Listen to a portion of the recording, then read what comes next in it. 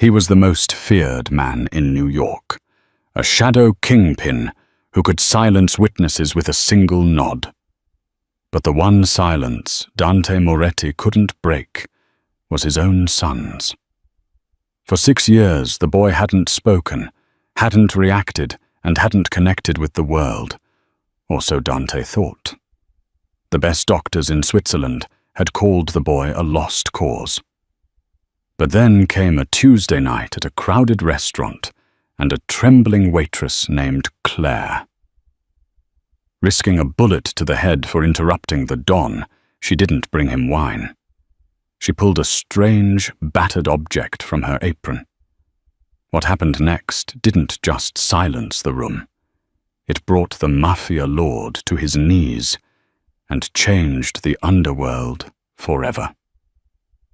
The rain battered against the heavy glass windows of L'Orologio, Manhattan's most exclusive Italian restaurant, blurring the city lights into streaks of gold and charcoal. Inside, the air smelled of truffle oil, aged mahogany, and fear. Claire Dawson adjusted her apron, her hands trembling slightly as she tucked a stray lock of brown hair behind her ear. She had been working at L'Orologio for only 3 weeks, just long enough to know that when the manager, Mr. Bianchi, started sweating through his suit, trouble was walking through the door. "Claire," Mr. Bianchi hissed, grabbing her elbow a little too tightly near the kitchen pass. "Table 1, you're on it tonight." Claire's stomach dropped.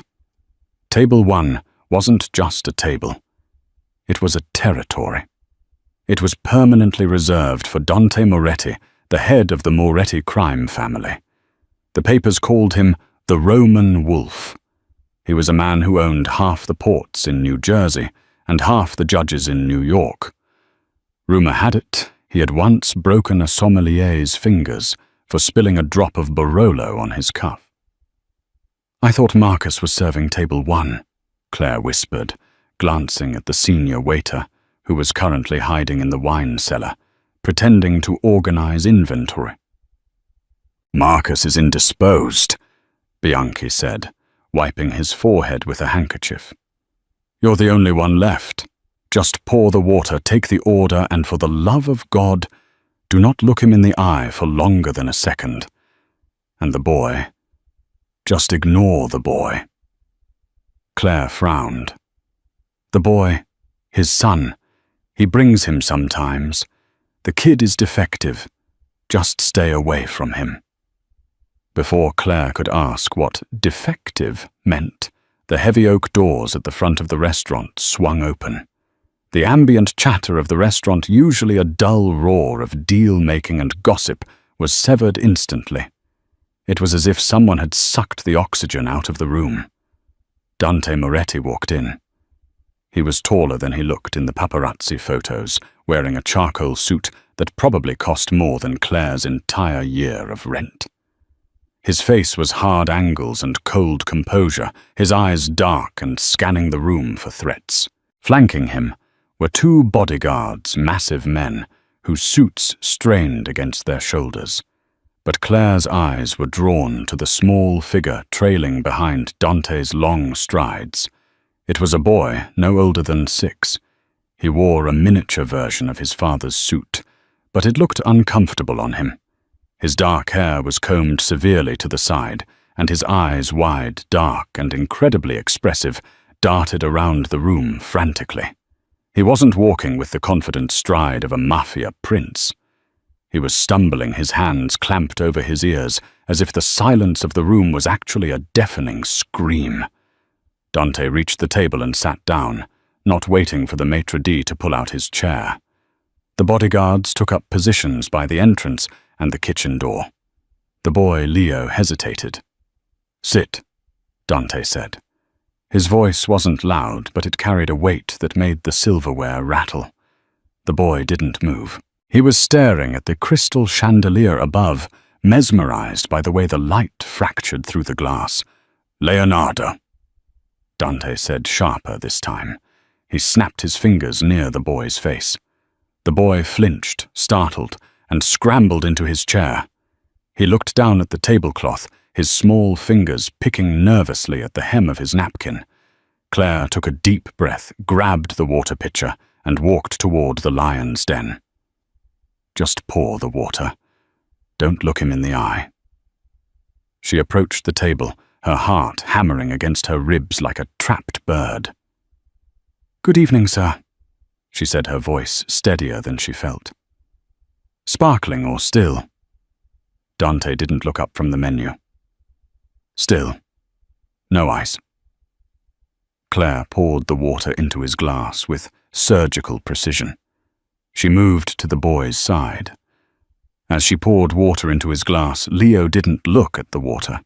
He was looking at the bottom of the glass, watching the vibrations of the liquid as it hit the crystal. He reached out and touched the base of the glass, feeling the hum of the pour. "Stop that!" Dante snapped at his son. Leo didn't react. He kept his finger on the glass, his head tilted, feeling the resonance. Dante reached out and gripped the boy's wrist, pulling it away. "I said, stop. Act like a Moretti, not a—" He trailed off, the insult hanging in the air, heavy and cruel. Claire froze. She knew that look in the boy's eyes. It wasn't defiance. It wasn't stupidity. It was isolation. "He likes the vibration," Claire said. The words slipped out before she could stop them. Dante's head snapped up. His eyes, cold as slate, locked onto hers. The restaurant seemed to tilt on its axis. Mr. Bianchi, watching from the corner, looked like he was about to faint. "Excuse me," Dante asked, his voice lethally quiet. "The water, sir." Claire stammered, gripping the pitcher so hard her knuckles turned white. When it hits the glass, it creates a resonance. He can feel it in his fingertips. It's soothing. Dante stared at her for a long, agonizing moment. He's not soothing himself.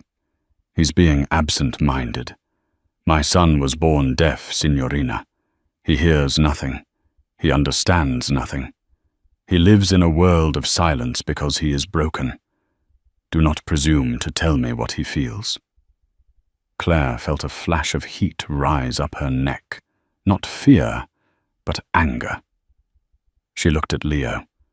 The boy had retreated into himself. His shoulders hunched, his eyes glazed over. He wasn't broken. She could see the intelligence burning behind those dark eyes, trapped behind a wall of silence that his father refused to learn how to climb. "My apologies, sir," Claire murmured. She finished pouring and retreated to the safety of the kitchen. "You have a death wish," Bianchi hissed at her as she pushed through the swing doors. "I told you to ignore the boy. Dante Moretti has spent millions on specialists.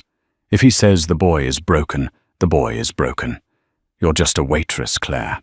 Do not play doctor with the mafia." Claire leaned against the stainless steel counter, closing her eyes. She wasn't just a waitress. Not really.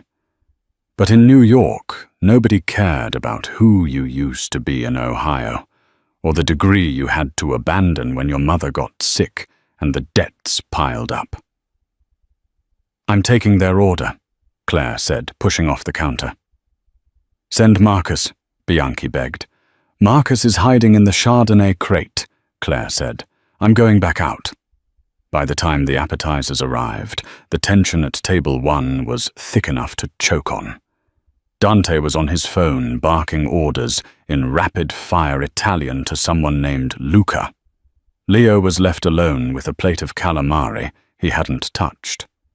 The restaurant had filled up, and the noise level had risen.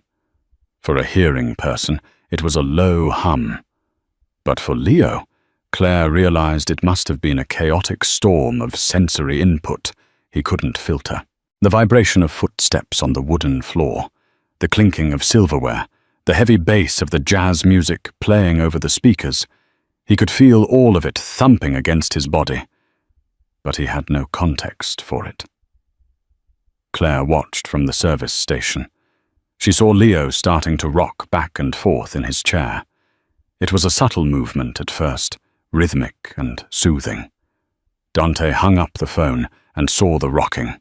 He slammed his hand on the table. The silverware jumped. "Leonardo, enough!" Dante shouted.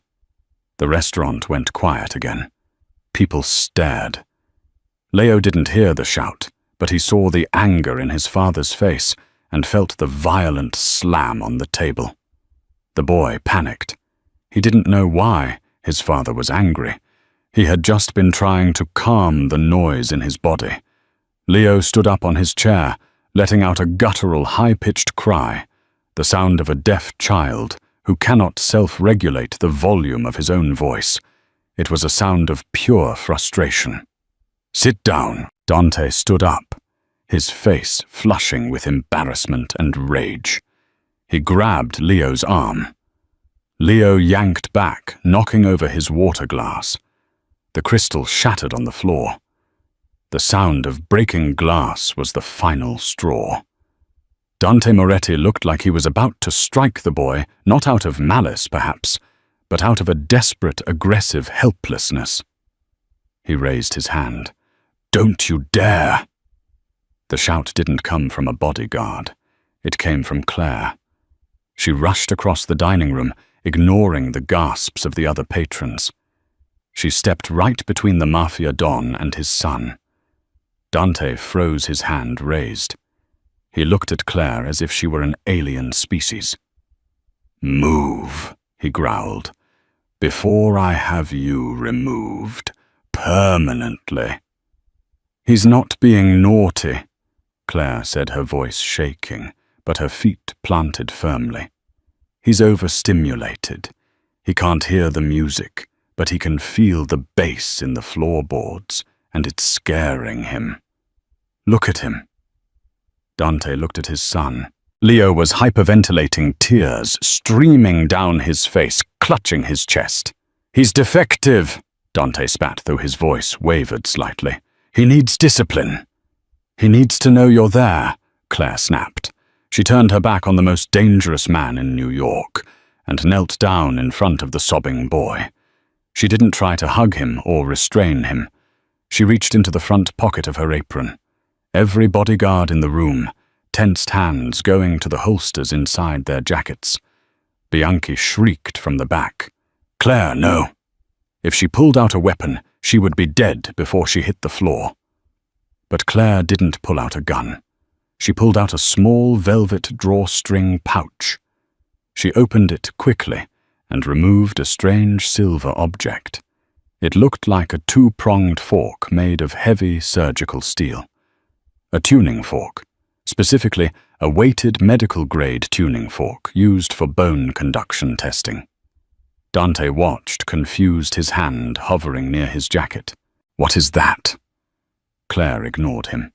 She struck the tuning fork hard against the heel of her boot. The metal prongs blurred with vibration. She held the base of the fork up. Leo, tears in his eyes, flinched away.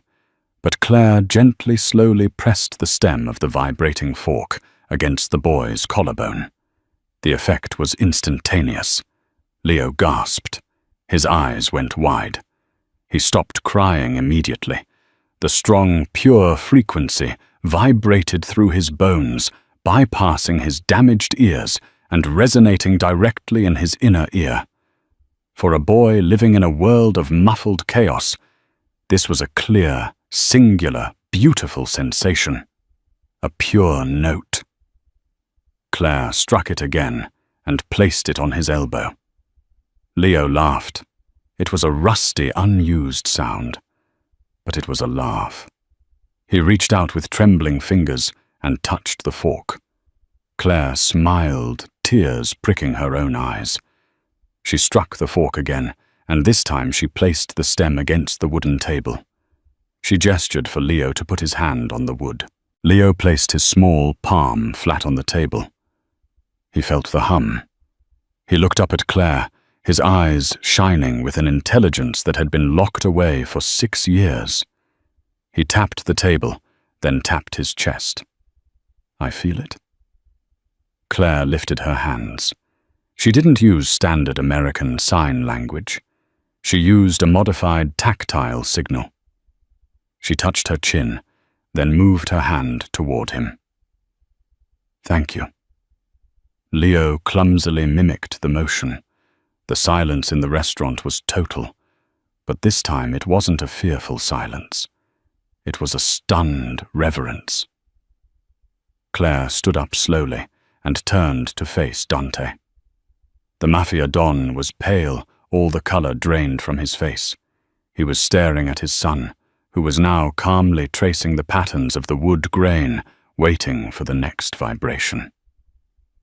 "He's not broken, Mr. Moretti," Claire said softly. "He just has a different way of touching the world. You've been trying to force sound into his ears. You should have been putting it in his hands." Dante looked from the boy to the cheap silver fork in Claire's hand. He looked at Claire, really looked at her for the first time. He didn't see a waitress anymore. "Who are you?" Dante whispered. "I'm just the waitress," Claire said, putting the tuning fork back in her pouch. "And I think table 1 needs a new glass of water." She turned to walk away, but she didn't get far. "Wait." Dante's voice wasn't a bark this time. It was a plea. "My son!" Dante swallowed hard, his mask of cruelty slipping to reveal a desperate father. He smiled. He hasn't smiled in 2 years. Claire turned back. "He's a bright kid, Mr. Moretti. He's starving for input. He's not ignoring you. He's bored because no one is speaking his language." Dante stepped closer to her, invading her personal space. The scent of expensive cologne and gun oil filled her nose. "And you speak his language. I used to study audiology," Claire said, clutching her tray. Well before life happened. I carry the fork because my little brother was deaf. It used to calm him down when the world got too loud." Dante stared at her for a long time. The gears in his head were turning, calculating, assessing. The danger in the room hadn't vanished, but it had shifted. He reached into his jacket pocket. The bodyguards flinched. Claire held her breath. He pulled out a business card. It was black with nothing but a phone number embossed in gold. "You finish your shift," Dante said. "Then you walk out that door. There will be a car waiting for you." "Sir, I have a job," Claire said, terrified. "I can't just—" "You had a job serving pasta to tourists," Dante interrupted. He glanced back at his son, who was now tapping the table rhythmically, looking peaceful. "Now you have a job saving my son. Don't make me ask twice, Claire." It wasn't a request. It was a summons. As Dante sat back down, picking up the menu with a trembling hand, Claire knew her life as she knew it was over. She had just walked into the lion's den, pulled a thorn from the paw of the cub, and now the lion wasn't going to let her leave. The alley behind l'Orologio smelled of stale rain and garbage, a stark contrast to the truffle oil scent inside. Claire stood by the metal exit door, clutching her purse against her chest as if it were a shield. It was 11:30 p.m. Her shift was over. Mr. Bianchi had practically shoved her out the door, pressing an envelope of cash into her hand, her final wages, and whispering, "Good luck, Claire. Don't look back." He looked at her like she was a ghost, someone already dead. A black SUV sat idling at the curb, its windows tinted so dark they looked like polished obsidian. The engine purred with a low, menacing rumble. As soon as the metal door clicked shut behind her, the back door of the SUV swung open. A man stepped out. It wasn't Dante. It was one of the giants who had guarded the door, a man with a scar running through his left eyebrow and a neck as thick as a tree trunk. "Miss Dawson," the man said. His voice was gravel. "Mr. Moretti is waiting." "I need to go home first," Claire stammered. "I have a cat. I have rent to pay. I didn't agree to move in." The man didn't blink. "Your rent has been paid for the next year. The cat is being collected by a pet service as we speak and will be transported to the estate. Get in the car." Claire's blood ran cold. They knew where she lived. In the 2 hours since Dante had left the restaurant, they had found her apartment, paid her landlord, and kidnapped her cat. This wasn't a job offer. It was an acquisition. She got in the car. The interior smelled of leather and ozone. Dante Moretti was sitting on the other side of the back seat, reading a file on a tablet. He didn't look up as she slid in, trembling. The door slammed shut, sealing her in a soundproof capsule with the most dangerous man on the East Coast. The car pulled away, merging seamlessly into the late-night Manhattan traffic. "You audited classes at Columbia University for 2 years, Dante said, swiping a finger across his tablet. "Advanced audiology, speech pathology.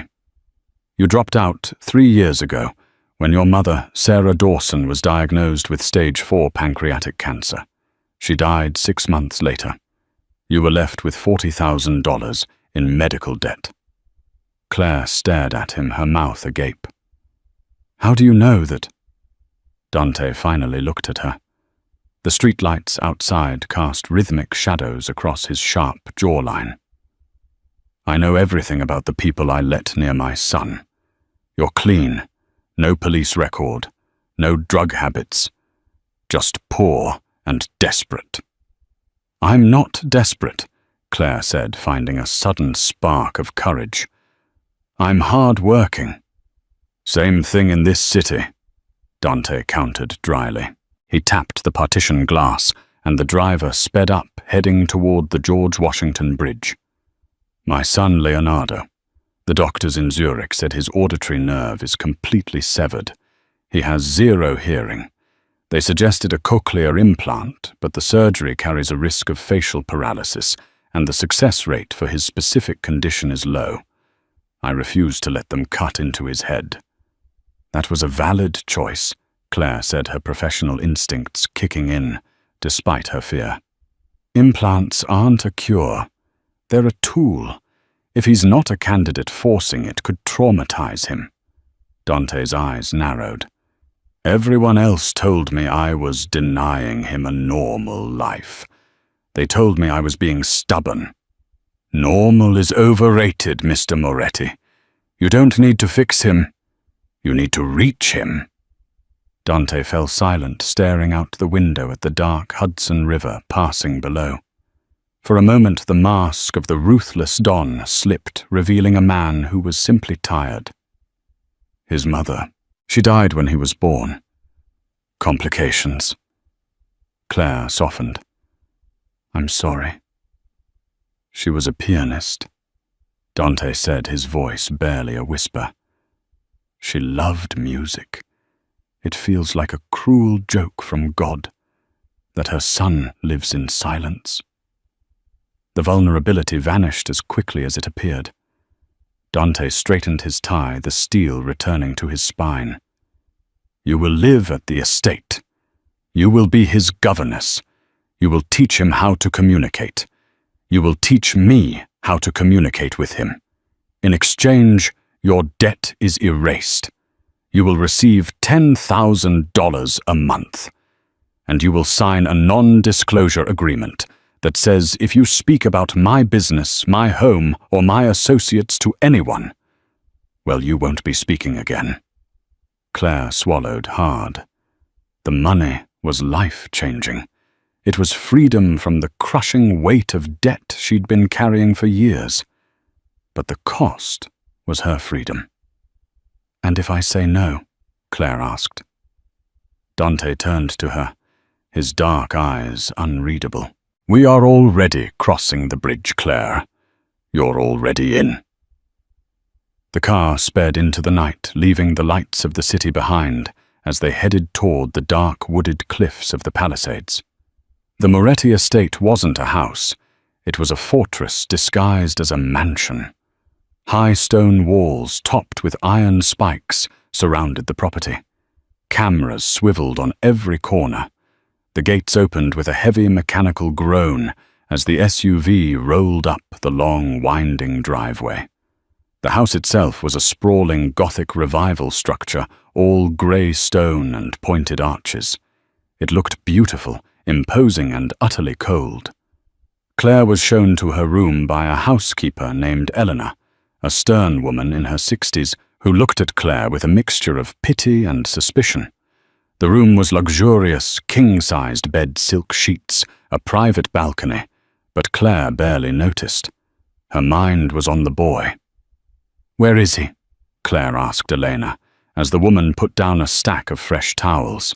"Master Leonardo is in the nursery." "West Wing," Elena clipped. "The boss said you start tomorrow." "I start now," Claire said. She didn't know where the confidence came from, perhaps from the adrenaline still pumping through her veins. She grabbed her bag, which contained the tuning fork, and walked out of the room. She found the nursery by following the silence. The rest of the house had the subtle sounds of security guards walking, radios crackling and distant phones ringing. But the West Wing was dead quiet. Claire pushed open the heavy oak door. The room was massive. It was filled with the most expensive toys money could buy. An electric train set circled the room. A robotic dinosaur sat in the corner. A high-end television was mounted on the wall playing cartoons. Leo was sitting in the middle of the floor, his back to the door. He was surrounded by a pile of Lego bricks. He wasn't building anything. He was just clicking 2 bricks together over and over again.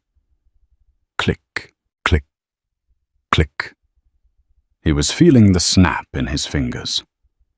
Claire stepped inside and closed the door. The vibration of the door latching made Leo pause. He didn't turn around, but he stiffened. He knew someone was there. Claire took off her shoes. She wanted to feel the vibrations of the floor just like him. She walked in her socks, stepping heavily. Thump, thump, thump. Leo turned around. His eyes went wide when he saw her. He recognized her, the lady with the magic metal stick. Claire smiled and sat down on the floor, cross-legged about 5 feet away from him. She didn't wave. She didn't speak. She waited. Leo watched her warily. He held up a red Lego brick. Claire reached into her pocket. She didn't take out the tuning fork this time. She took out a small rubber balloon she had grabbed from a party supply bag left in the kitchen area of the restaurant before she left. She blew it up, tying it off. She held the balloon out to Leo. He looked confused. Claire placed the balloon on the floor and tapped it with her finger. It bounced. Then she pulled her phone out of her pocket, turned the music volume to maximum, and placed the phone against the balloon. She played a song with heavy bass, some old hip-hop track. She gestured for Leo to touch the balloon. Leo crawled forward, hesitant. He reached out and placed his fingertips on the taut rubber surface of the balloon. His face transformed. The balloon acted as an amplifier for the vibrations. He could feel the beat, the rhythm, the complex patterns of the bass line vibrating against his skin in high definition. It was better than the floor. It was concentrated sound. A smile broke across his face, a genuine toothy grin that lit up the gloomy room. He looked at Claire and laughed a high, breathless sound. Claire tapped her chest. Feel. Leo tapped his chest. Feel. What are you doing? The voice came from the doorway. Claire jumped and Leo flinched, losing contact with the balloon. Dante was standing there. He had discarded his suit jacket and rolled up his white sleeves, revealing forearms corded with muscle and ink. He was holding a glass of amber liquid. He looked exhausted, leaning against the doorframe, as if the weight of his empire was crushing him. "I'm showing him music," Claire said, keeping her voice low, though she knew Leo couldn't hear. "He can't hear the melody, but he can feel the rhythm. The balloon amplifies the vibration." Dante walked into the room. He looked at his son, who was now hugging the balloon to his chest, closing his eyes and swaying to the beat, vibrating through the rubber. "I bought him a Steinway piano," Dante said, gesturing to a covered shape in the corner. "I bought him speakers that cost $50,000, and you make him happy with a 10-cent piece of rubber." "Money doesn't buy physics, Mr. Moretti," Claire said softly. "You've been trying to give him the best, but he just needs the tactile. He needs to touch the sound." Dante walked over and sat down on the floor. It was a jarring sight, the Don of New York sitting on a rug in his sock's glass of whiskey in hand. "Show me," Dante said. Claire handed the balloon to Dante. "Hold it. Close your eyes." Dante hesitated, looking at the balloon like it was a bomb. But he did it. He closed his eyes and held the rubber sphere. Claire turned the volume up on her phone. Dante sat there for a moment, feeling the thrumming beat against his palms. He opened his eyes and looked at Leo. Leo was watching his father with intense curiosity. Slowly, Dante extended the balloon toward his son. Leo reached out. They both held the balloon, the vibration passing between their hands, connecting them through the rhythm. For the first time in 6 years, they were sharing an experience. Leo looked up at Dante's face. He reached out a small hand and touched Dante's beard. Dante froze. He stopped breathing. Leo had never initiated physical contact like that. "He's curious," Claire whispered. "The vibration makes him feel safe. When he feels safe, he explores." Dante turned his gaze to Claire. His dark eyes were intense, stripping away her defenses. There was a heat in them that made her breath hitch. It wasn't just gratitude. It was intrigue. It was the look of a man who had found something rare and didn't know whether to protect it or destroy it. "You stay," Dante said, his voice rough. "Whatever you need, whatever equipment, whatever balloons, you buy it. You fix this." "I can't fix his ears, Dante," Claire said, using his first name without thinking. "I don't care about his ears anymore," Dante murmured, watching his son. "Fix the bridge between us." Suddenly, the moment was shattered. A man appeared at the door, Luca the driver. He looked tense, his hand hovering near his waist. "Boss," Luca said, his voice sharp. "We have a problem at the docks. The Russians, they intercepted the shipment." The father vanished. The Don returned instantly. Dante's face hardened into a mask of stone. He stood up, the warmth evaporating from the room. "Stay here," Dante commanded Claire, his voice icy. "Do not leave this room. Do not open the door for anyone but me or Luca." "Is everything okay?" Claire asked, clutching the phone. "No," Dante said, checking the magazine of a pistol he pulled from a holster at the small of his back. "Welcome to the family, Claire." He turned and strode out, leaving Claire alone in the nursery, with a deaf child, a vibrating balloon, and the sudden terrifying realization that the walls of this fortress were not built to keep people out. They were built to keep the war from getting in. And she was now on the inside. 3 in the morning, the time when the world is stripped of its pretenses and left raw. Claire sat in the library of the Moretti estate, a leather-bound book open on her lap, though she hadn't turned a page in an hour. The house was silent, but it wasn't the peaceful silence of a sleeping home. It was the tense, holding its breath silence of a bunker, waiting for the bomb to drop. Leo was asleep in the West Wing, clutching his vibrating balloon. He slept soundly, immune to the thunder rolling outside, immune to the sirens wailing in the distance. Claire envied him that peace. She heard the front door open. It wasn't the heavy mechanical groan of the main gates this time. It was the quiet click of the service entrance. Then a heavy thud, like a sack of flour, hitting the marble floor. Claire dropped her book and ran into the hallway. Dante Moretti was leaning against the wall, his face grey, his breath coming in ragged, wet gasps.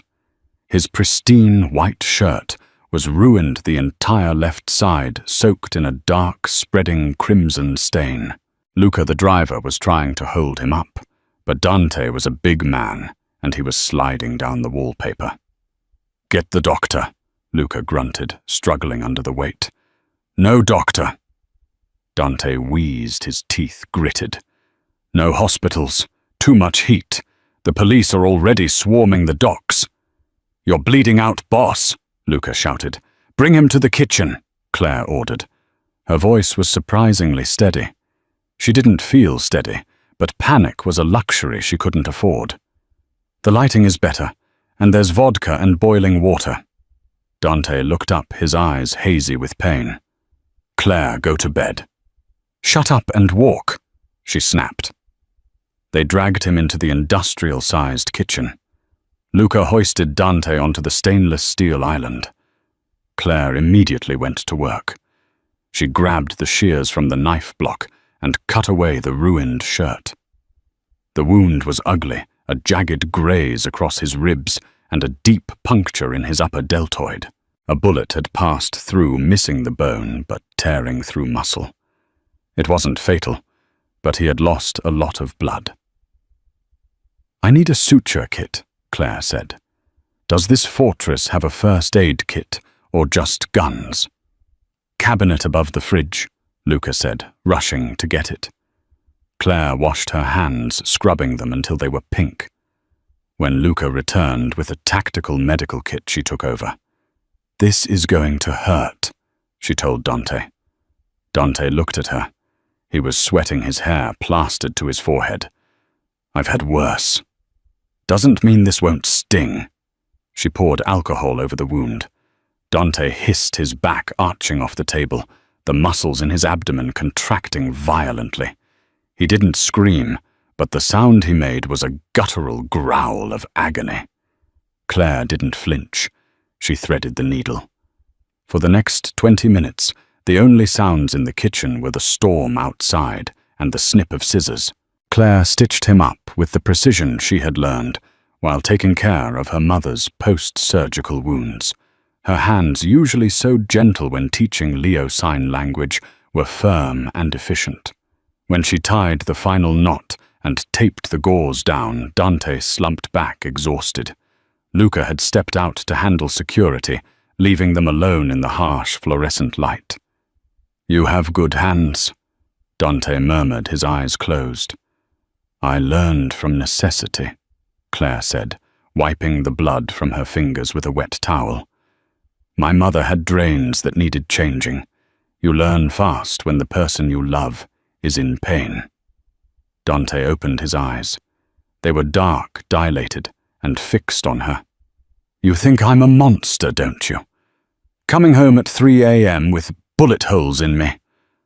"I think you're a man in a dangerous line of work," Claire said diplomatically.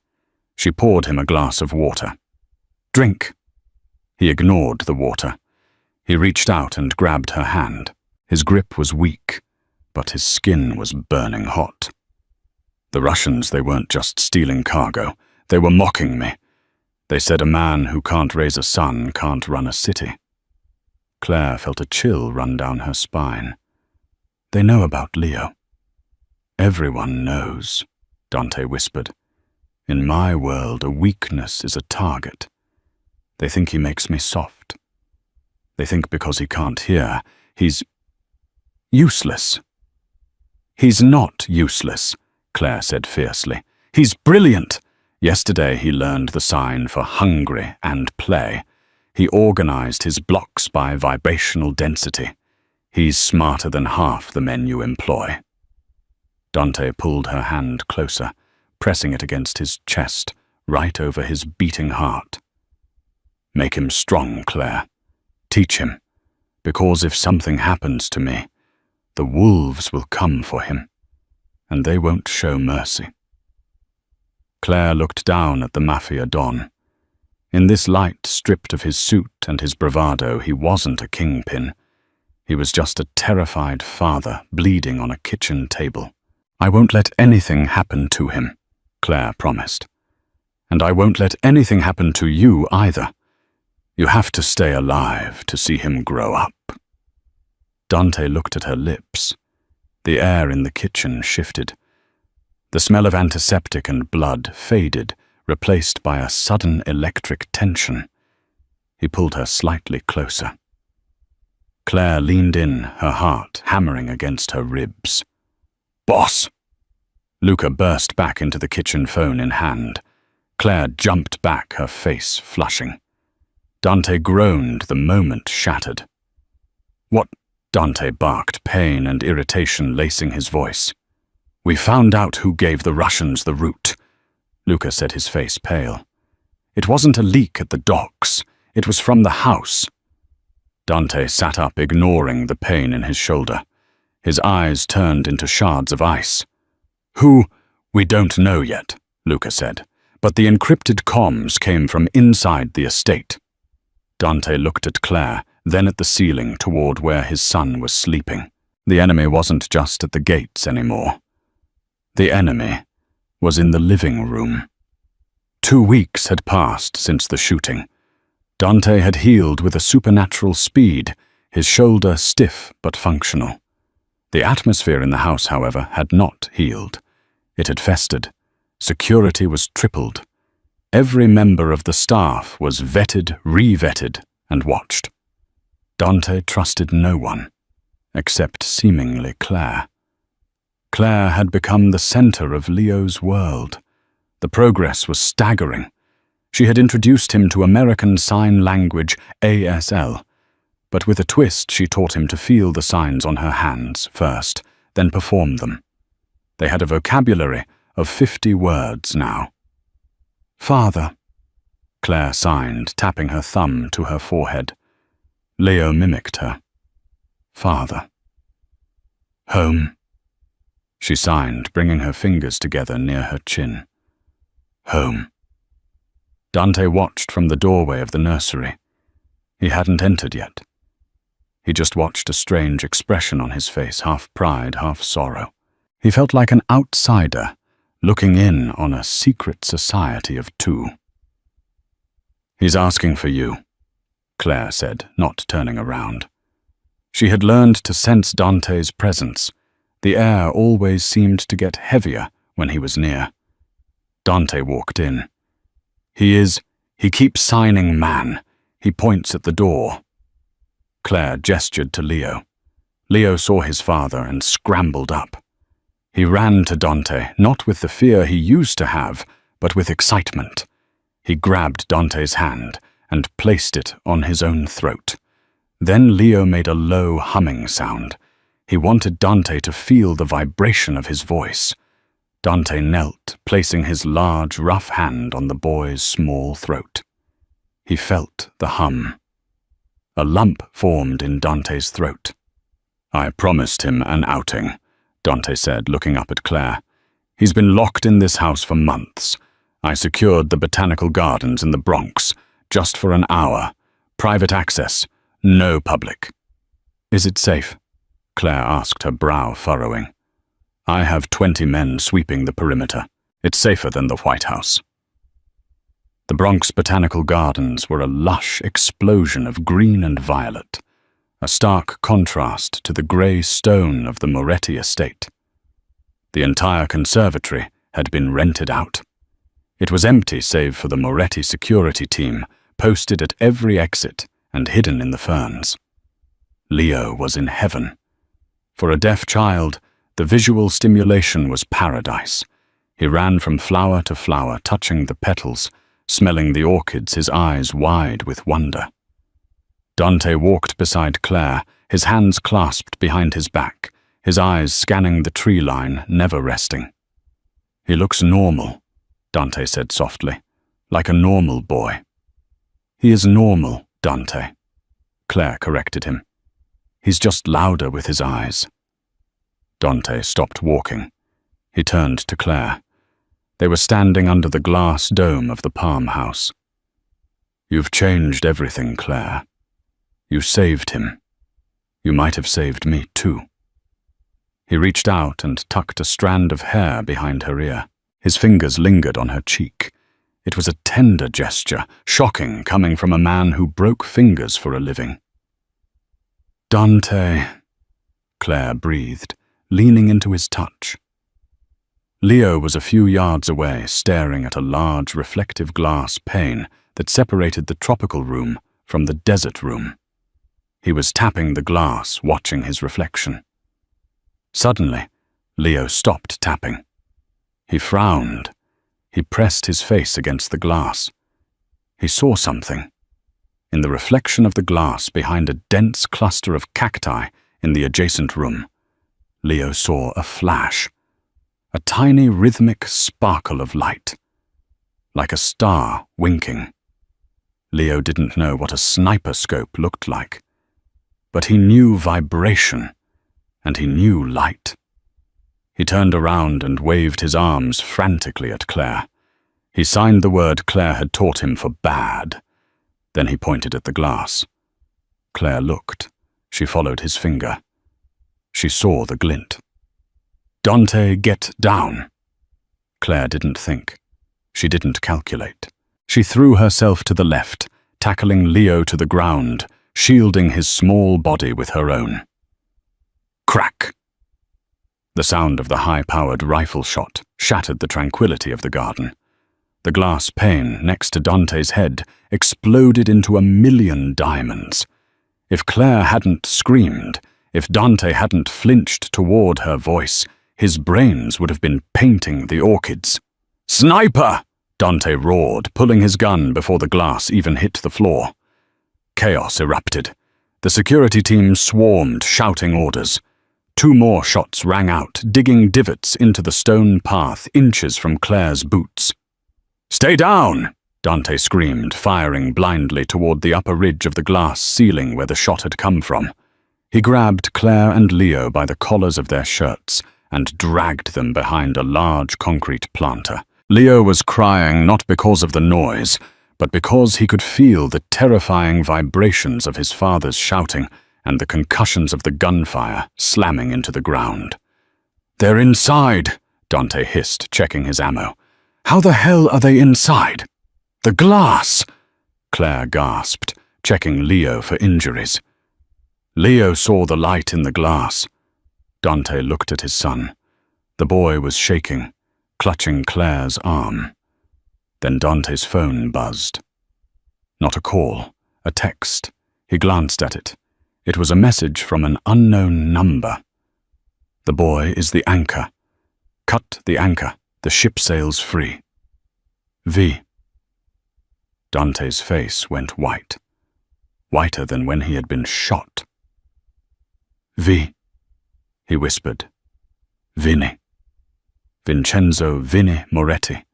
His cousin, his underboss, the man who was currently heading the security detail at the North Gate, the man who had held Leo when he was a baby.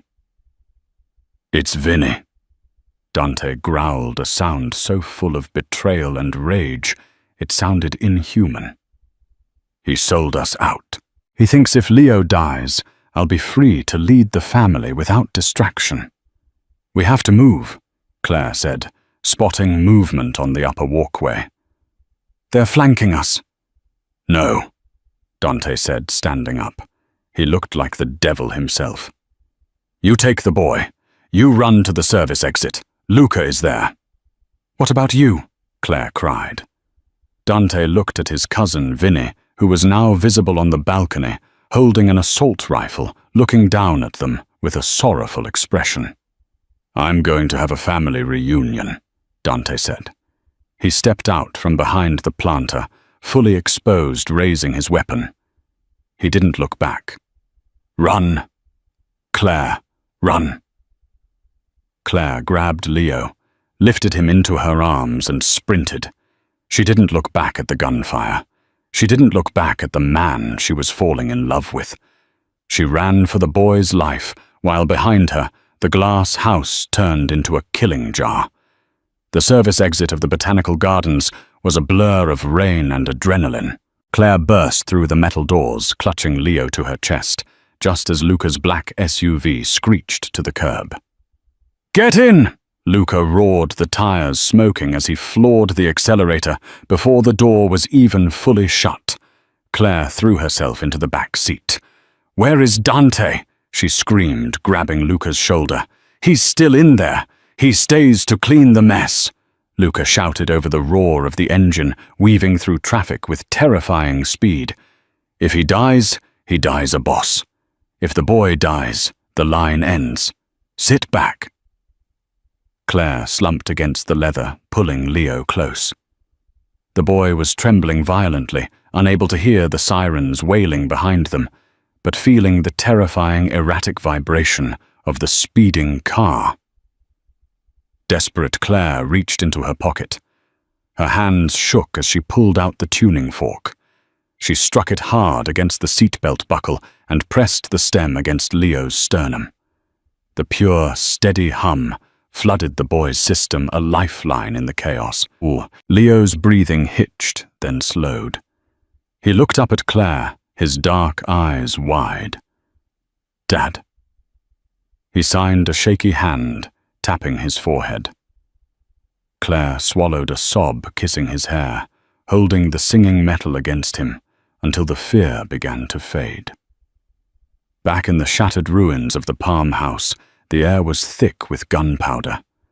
Dante Moretti moved through the foliage like a panther bleeding from a cut on his cheek, his eyes fixed on the upper walkway.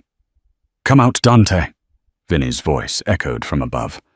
"Don't make this harder. You know I'm right. The boy is a liability.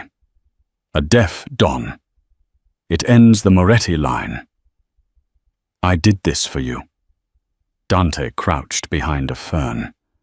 "You call it distraction, Vinny," he shouted back. "I call it legacy." "Legacy?" Vinny laughed bitterly. "He can't even hear the order to kill a man. He doesn't need to." Dante stepped out into the open, his arms spread wide, exposing himself to his cousin's rifle. "Take the shot, Vinny.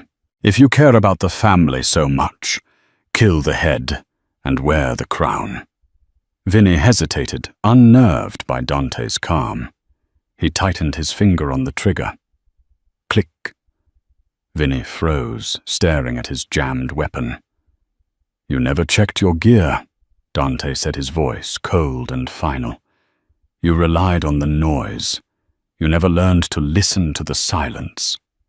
Dante raised his pistol. One shot rang out, deafening in the glass enclosure. Vinny crumpled over the railing, falling into the tropical undergrowth. Dante lowered his gun, looked at his cousin one last time, and turned away. He had a family to get to. The safe house was a glass fortress, perched on a cliff overlooking the Atlantic. 4 hours had passed. Claire paced the living room, terrified, while Leo slept on the sofa.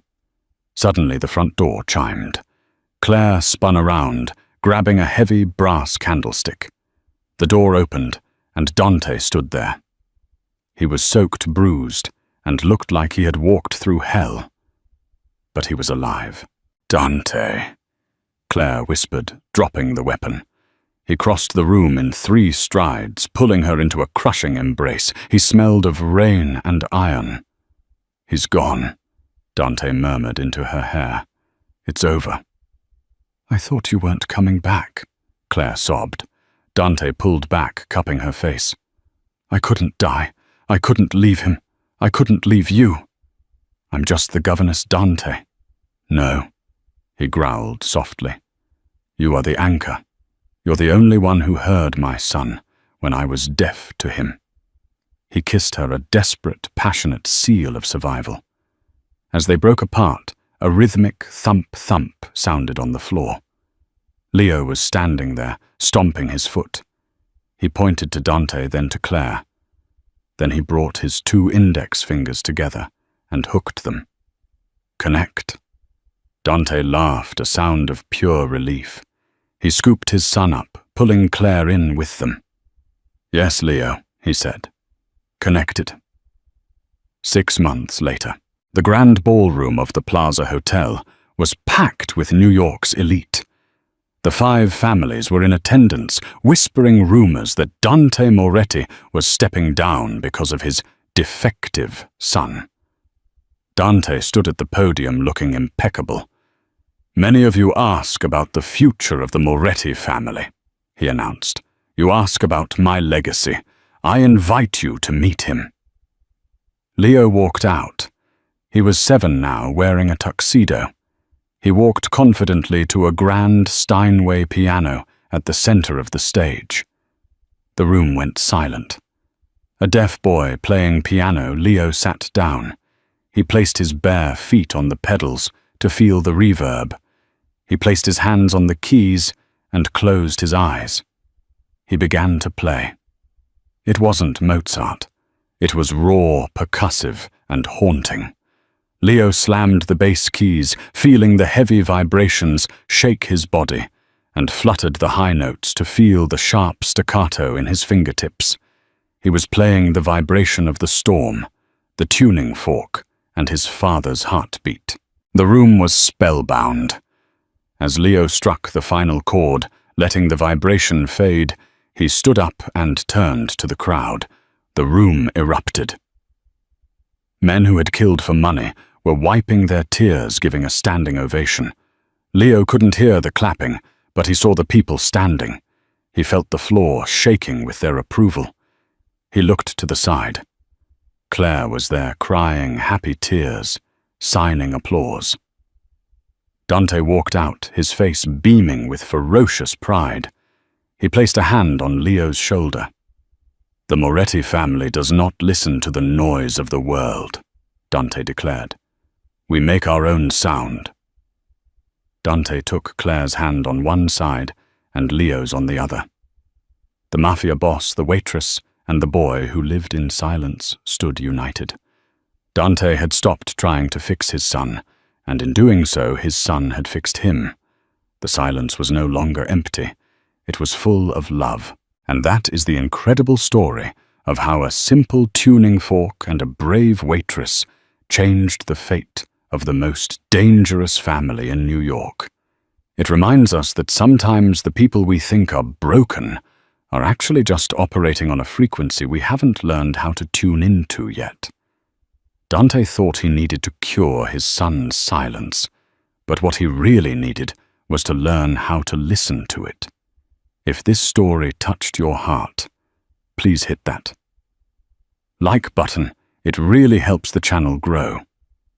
Don't forget to share this video with someone who needs a little hope today, and subscribe and ring the bell so you never miss a powerful story like this one. What would you have done if you were Claire? Let me know in the comments below. Thanks for watching.